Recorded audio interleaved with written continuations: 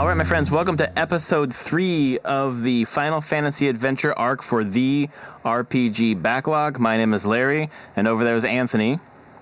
Hey there. And then there's Tom. Hi. And then there's Travis. I'm sorry, it just sounded so funny the way everyone's like pause and then say something. Let's get the pauses longer for each intro. Yeah, I was like the pause. Like here's person 1.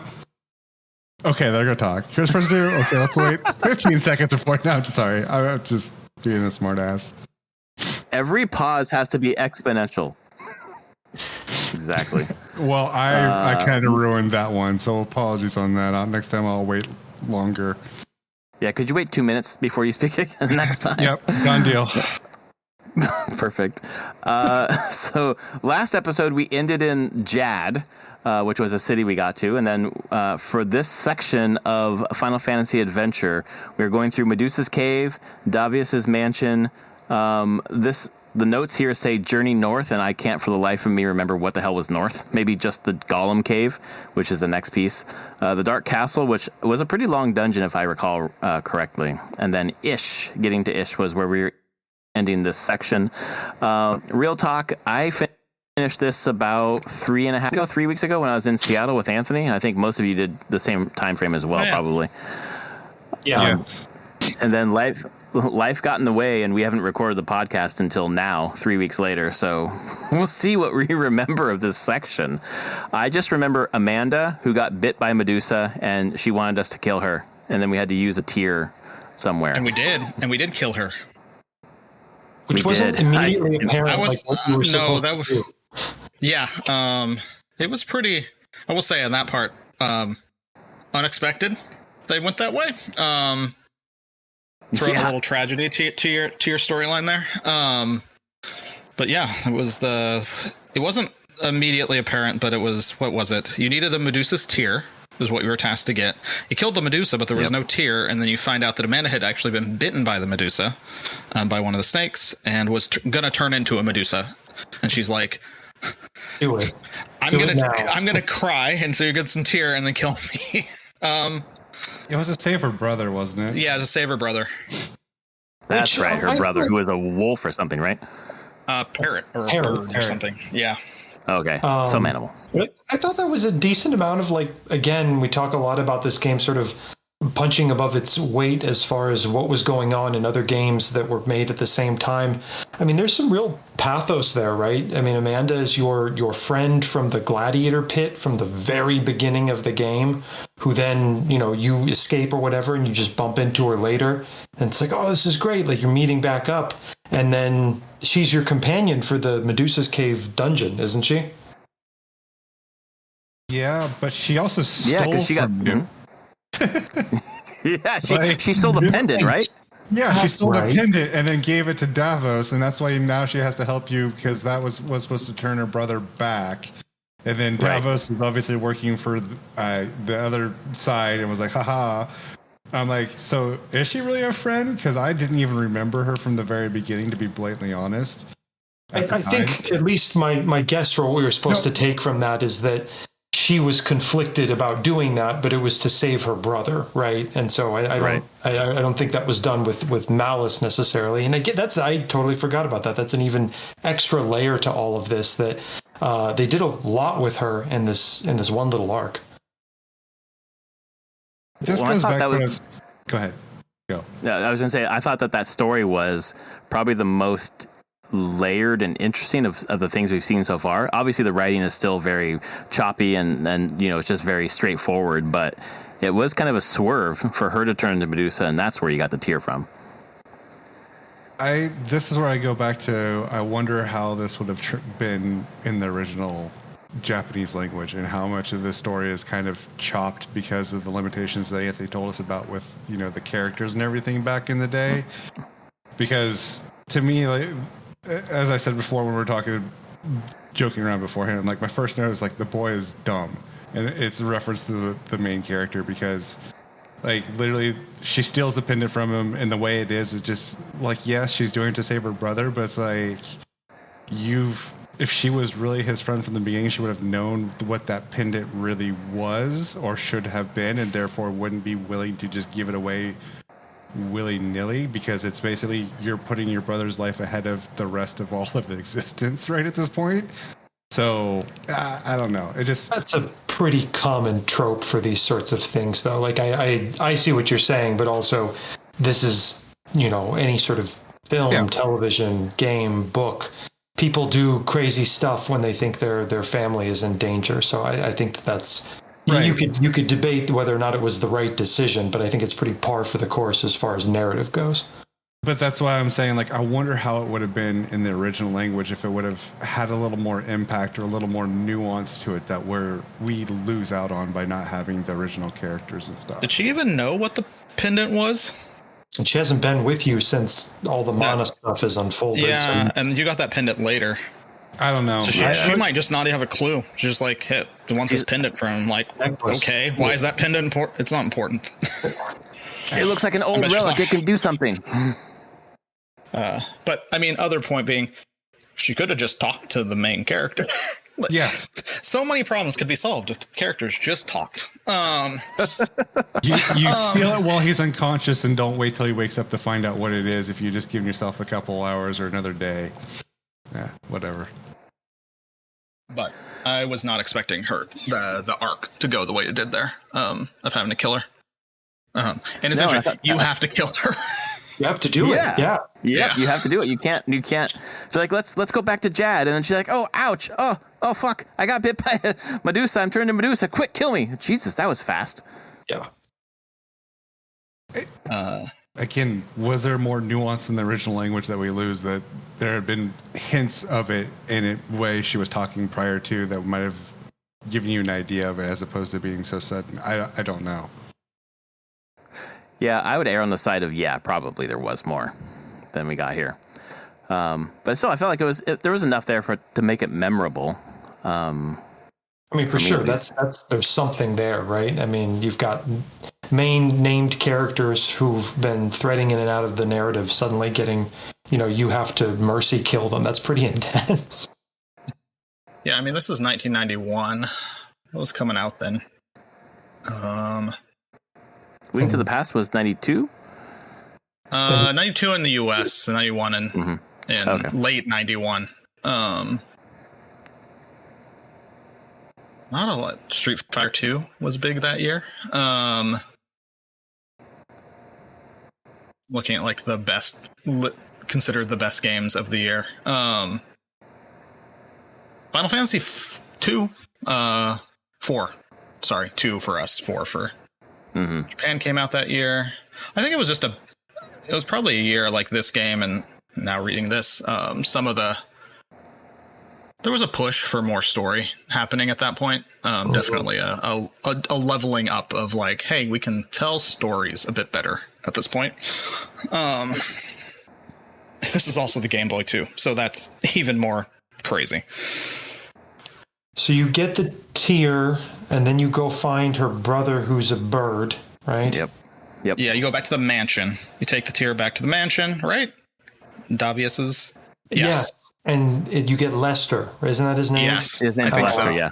Yep, that's right. Has the most useless companion character talent in the whole game. Even what's his face, who gives you later you were hanging out with Bogart, and I think he gives you tips or something, which whatever, but this guy changes the music, which I'm like, oh, this is awesome. But it's random, right? And so you're dungeon crawling sort of thing, and there's some perky little, motif going. But this is really, really dissonant, and I didn't like it at all. I don't know if I ever asked him, so I didn't know he changed the music. That's because he's got the harp, man. That's his that deal. Would make sense. He's a bard. And that's how you get into the the dungeon part of the mansion, right? He opens a secret door with the power of song. Yeah. Yes. Okay. For me, I'm not playing this with the sound on, so I don't hear the music changing, but I know I had to have him change the music and then open the door. But I was like, I don't even know what he's playing. I think he just did it. I think he just said, here's the door. You didn't even have to do that from the Ask menu that I recall. I thought it was the Ask thing. Oh, okay. No. Interesting. he just does it. And then you ask him, and then it's like, oh, this doesn't match anymore. Why did you do that? I thought the Medusa fight itself was a pretty interesting fight as well.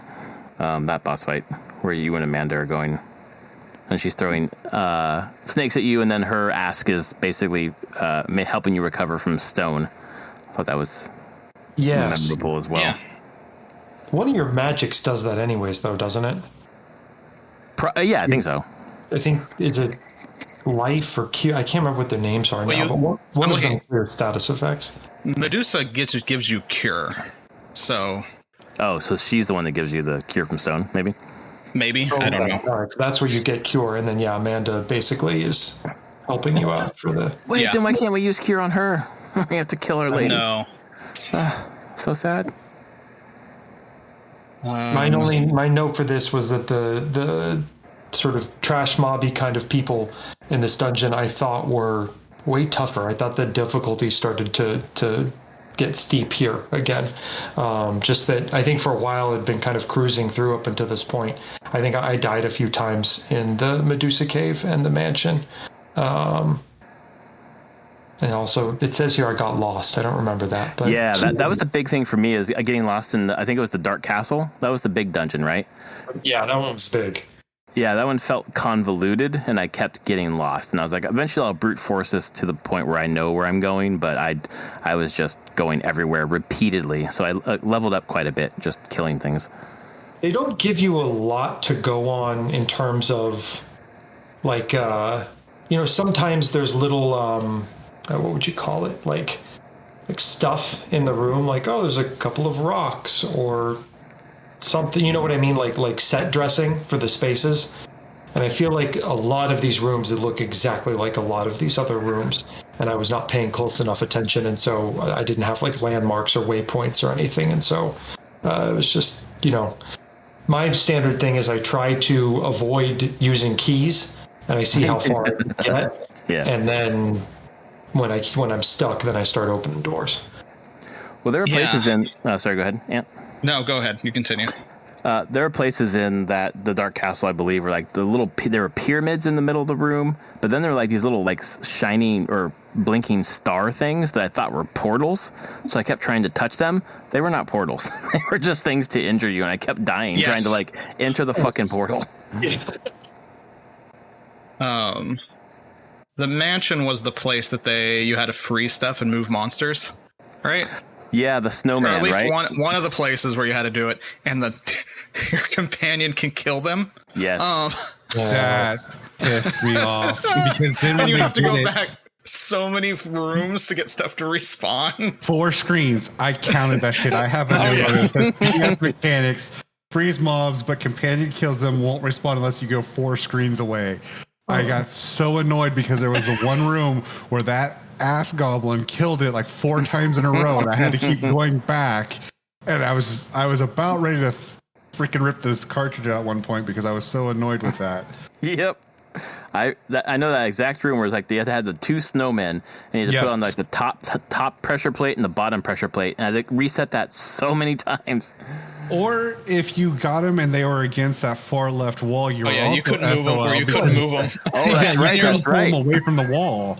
Yep, that's right. That happened to me once. Is like I finally got one on the snowman, and the companion actually left alone. I froze the other one, and it moved just a centimeter off to the. Or wasn't in line with the freaking thing. I was like, I can't move it where I need to move it. I'm like, fuck. Just hug the snowman and move it. God damn it. Yeah. I was like, can I just leave the companion in another room, please, to where I don't have to worry about this crap? That was Lester, right? At that moment? That was Lester, yeah. Yeah, fuck that guy. That's why he was so annoying. Yeah. Should have stayed a bird. Yes. Yeah. Give me that tear back. Fuck, give me your sister back. Fuck you, man. She was way more helpful. The other fun mechanic that I discovered in this is if you get Moogle cast on you twice, it's insta-death. What? FYI. You can get the Moogle thing cast on you twice, and it happened to me once back to back, and the second cast killed me outright. That might have been what happened to me at some point, because I was a Moogle. Yeah, and my health was fine, and then I was just dead, and I Didn't really know why. I couldn't. I thought it was tell. because the Moogle brought you down to 1 HP. No. It just The means you Moogle- can't attack when you're in Moogle mode, Yeah. right? Oh, okay. You can attack with Moogle. Your HP is still solid, but if they happen to cast the Moogle a second time, it's insta death. Ah, interesting. That's what happened then. Because I thought it brought me to 1 HP and I got tapped by somebody and killed. Oh, okay, hang on. I just looked it up. When you're in Moog mode, the character's defense rating drops to 0, and you lose control of the A and B buttons. So that's why it doesn't matter how much health you have no defense. So one hit kills you no matter what? I No. think so, yeah. Although there is a... 'cause the defense doesn't. Defense lowers the amount of damage, but it doesn't lower your health. So it's not like you're getting amplified. So if you took all your armor off, you're essentially saying then if I took all the armor off and got hit by anything in that level, I would die instantly, which I've tried before and that doesn't happen. So you do take more damage, but I literally saw it be like, you've been turned into a Moogle, and I had full health, and then it was like, you've been turned into a Moogle and instantly died on that one. I have been as a Moogle and been hit and survived it. So I watched it literally say, you've been turned into a Moogle the second time and die. Which is so funny because I've basically been ignoring that status condition. Like, I'm the little cute bear. Like, I'm just going to run around for a minute. It'll be fine. Yep, exactly. Not like what I I was doing. assumed that I could have done something to fix it, and I just didn't care. I'm reading here that there is no known item that can cure it, which makes sense because it says although there is a Moogle item, the player can't use it during Moog because your buttons don't work. So I guess you just wait it out. Well, what does that Moogle item do then? I think it maybe is just like, again, this is like a rough edge that they were like, oh yeah, you can cure it with that. But they didn't realize that they had locked you out of using it, sort of thing. That's funny. The sprite is really cute though. It's It true. is. It's Cute a little Moogle. Yeah. You said the way that you said that, Travis, I'm not sure if you are agreeing or disagreeing. What? We said, it's kind of a cute sprite, and you're like, it's a Moogle. Yeah, no, Moogles are meant to be cute. Like that. Sorry. Play some Nope. other Final Fantasies. Yeah. They're not always cute. No, they're not. But most of the time.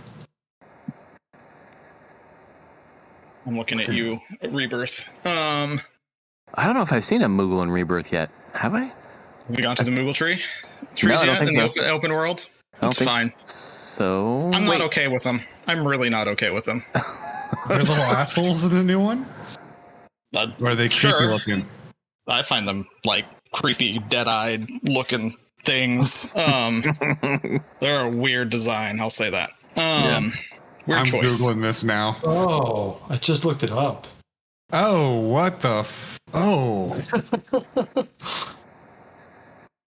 It's like a satanic koala.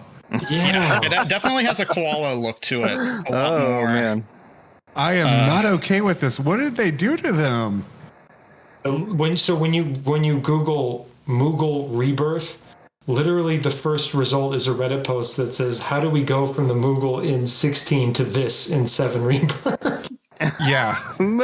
I gotta Google this. Yeah. Then. The title says it's a taxidermized koala head on top of a weasel body. Pretty sure that is not what Like the creator of the Holy Moogle wanted. shit. That is creepy. Yes. And the headband looks like its head, like the top of its head's Yes. coming off. Yes. Oh no, I don't remember this at all. Maybe I haven't got there yet. I mean, they're just in the open world. You passed the first. You made it to Costa del Sol. You're fine. Like you've had the I opportunity have to not see made these. it there. No, I have not. Well, you're in the open world. Like no. I just got to into the swamps. Yeah, you've had the opportunity to see them though. Yeah. Okay. At that point, like Dude, there's a Moogle tree in every zone. Hmm. So you just have to do if you don't do the open world stuff, you won't see them in Rebirth. So which is Maybe probably a that's good the thing. best. Yeah. Yeah. Yeah, that image in that Reddit thread that's nightmare fuel. wow. Yeah.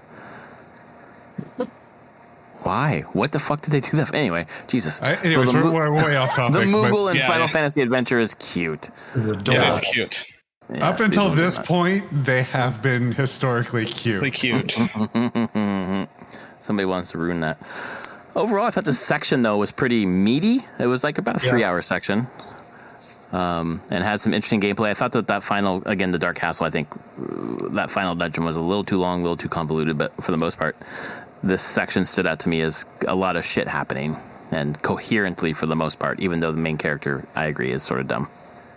Sort of. I think we all had a similar experience fighting. Is it Davius? Is that guy? Is the guy with the mansion? Yeah. He was a tank, man.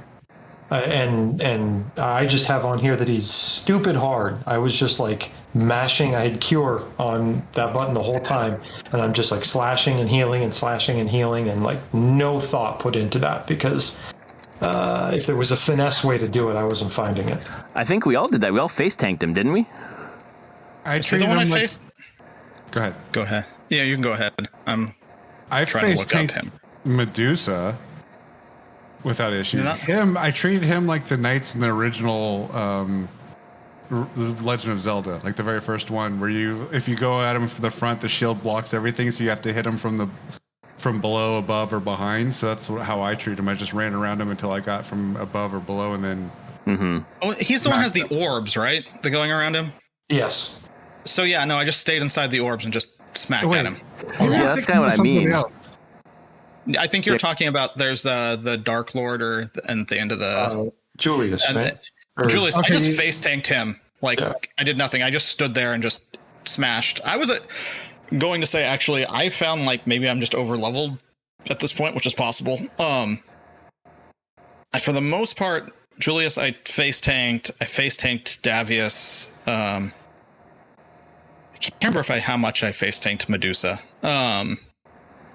But I was getting pretty there's a lot of bosses in this chunk, we should say. Yeah, there was a that's lot. Right. There was Medusa, Davius, and then there was like the metal crab, which did require like being at certain, like you couldn't really face tank it, but you needed to stay at a certain spot on the map and hit it. It bounced around, right? It bounced around in a triangle basically into Yeah, you just need there's a place you could stay. Yeah, you could just stay in a spot and just wait for it.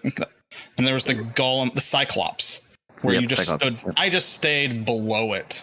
That one the pattern was pretty easy to identify because he was only fights with the Morningstar. But the crab kind of disappointed me a little bit because I feel like they've been pretty purposeful in most of this stuff, where it's like, oh, Medusa is a problem, and she the tier is now a plot point that helps you with these other characters and do stuff. And the crab was just like, it's a cave with a crab. Like, I don't know. That one felt a little tacked on. Like, it didn't serve the story at all. It was just some random monster thing.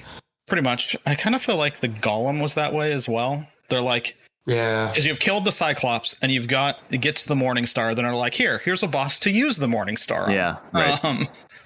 And that's the only purpose of it. It exists is like, okay, having a boss for the Morningstar. What I will say about the was it the golem is you had to use the Morningstar on. That one was at least kind of cool because you can get to him early. You can get to him before you have the Morningstar. Yeah, I thought that was at least a little bit interesting. That I think the idea is, and he's like, you walk into whatever that dungeon is, and you just go like 2 screens up, and there he is. And it's like, oh, I'm right here. This is going. And then the fact that you can't beat him is like, oh, okay, I got to turn around and look around for something else. That I thought was at least a little bit interesting. But yeah, not really part of the story, but at least served some vaguely mechanical purpose. Yeah, if Davos was the one with the rings around him, then yes, I face tanked the living crap out of him. Yeah, that's what I did too. But then it must have been the other one that had basically he had a shield in front of him. Yes, Julius. He did. Yeah, that was a shield thing that you had to get him from the side. There was no.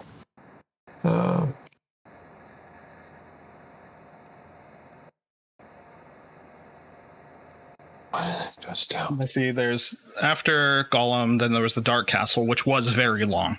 Like you're in the sewers and coming out of the sewers and going to the top floor and up one tower and down and into another part. That was a big one. But you fight the Chimera, which I face tanked the Chimera.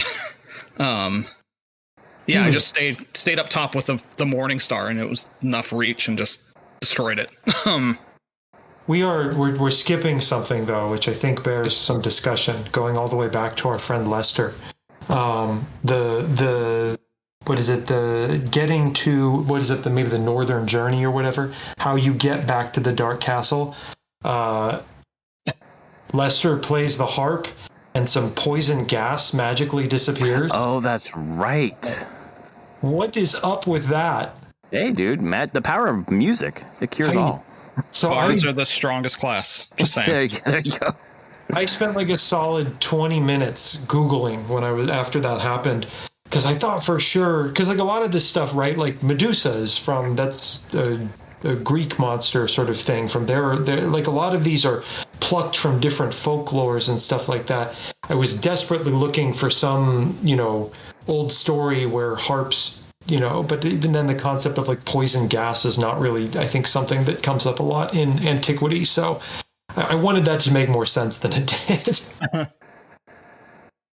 But I think it's just weird. Yeah, it's just like a, I don't know, MacGuffin or whatever to like chase down to, break the artificial roadblock and move on. Like I kept walking into the poison gas. Like, what am I supposed to do here? Like, oh yeah, this is not where I'm supposed to be. I'm supposed to do something to fix this, I guess. Anyway, sorry. Yeah, we can jump back to the Dark Castle, but that was something that stuck out to me. It's just kind of weird, but Have to have a reason for having a bard. yeah, I suppose. Lester's got to get his screen time. Yeah, I thought the Julius fight was pretty good. That felt like, because I don't know, as far he was sort of built up to, and it is Julius, right? Or is it no? Julius is the wizard guy. This is just Dark Lord. That's his name. Dark Lord. Dark Yep, Lord. Dark Lord. Yep, exactly.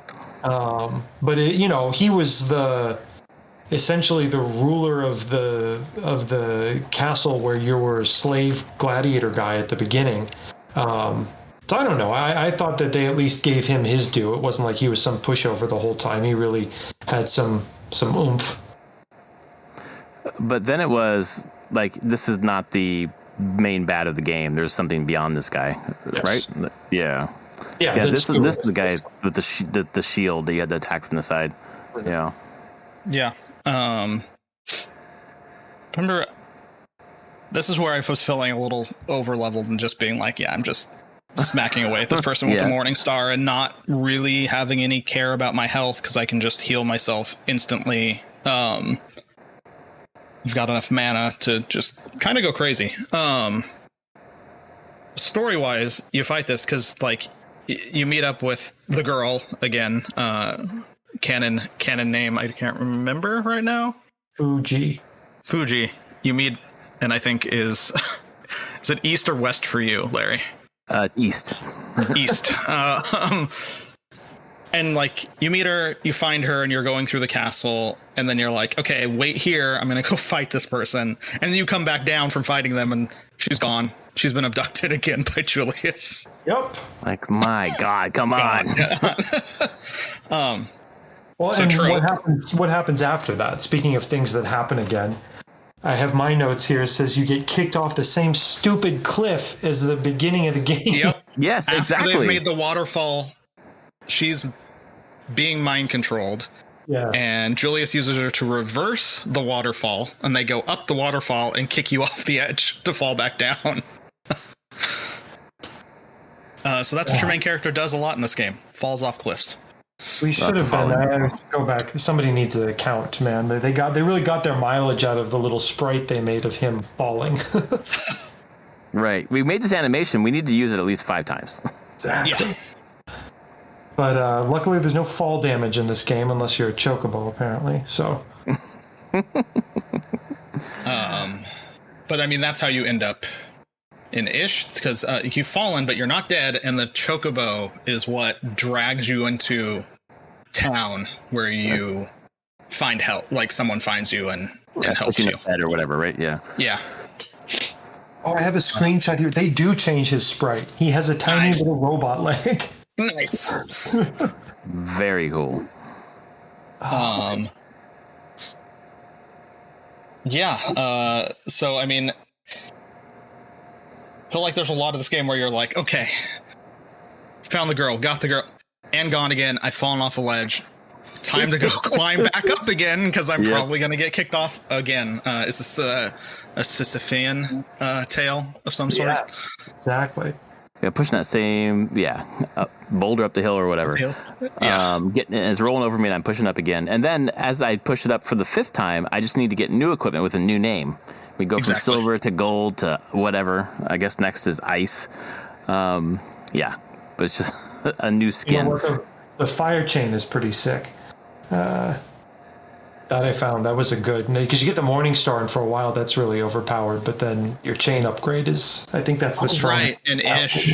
Yeah, you have the flame armors and the flame chain, which I haven't used yet because I stopped at Ish. Exactly, that's where I stopped too. But I bought all the new gear. Yep. Your chocobo. You're like, hey, they're like, go check out your chocobo. It was hurt, but it now is going to have mechanized legs, and it can take you across water. I believe it's referred to as Chocobot now. Chocobot, there you go. Well, because any chocobo with a metal leg, of course, it goes across water. Yeah. What the fuck? Why not? That's a boat. Noted, very light and buoyant material metal. Yeah. Sure. The best thing though with having the Morning Star is no more Maddox. Exactly. Oh, fuck those Maddox. Now I just need a weapon that doubles as a fucking key. Then I don't have to worry about that shit either. Yeah, that was a huge relief, like mentally, to no longer have to keep track of the inventory count on those stupid things. Yep. Well, especially because in the Dark Castle, I think the reason why I kept running around is because you had to break open a wall, like a north wall, to move forward. And I was like, I didn't think to break the fucking walls because I didn't want to use my Maddox. So, yeah. Dumbass. So overall, still enjoying it. I'm really glad we're playing this game, even if it's been a while and forgot half the stuff we just talked about. So we are at the point now, we're at 4.23 of this list of 4.34. I'm going to read what's left, and then maybe we can think what's the next good chunk. We've got, we're in Ish, and then Journey Back to Wendell, and then we go to Lorem, and then there's something about ice equipment, which I assume you need to get to go to the next place, which is the Ice Cave. Then there's the Lich Cave. Then there's the Legendary Sword. Then there's the Kraken's Cave, the Undersea Volcano, Cave of Ruins, Dime Tower, then the Tower of Gemma, and then the Tree of Mana. Tom, from your memory as a youth, what's the next section, do you think?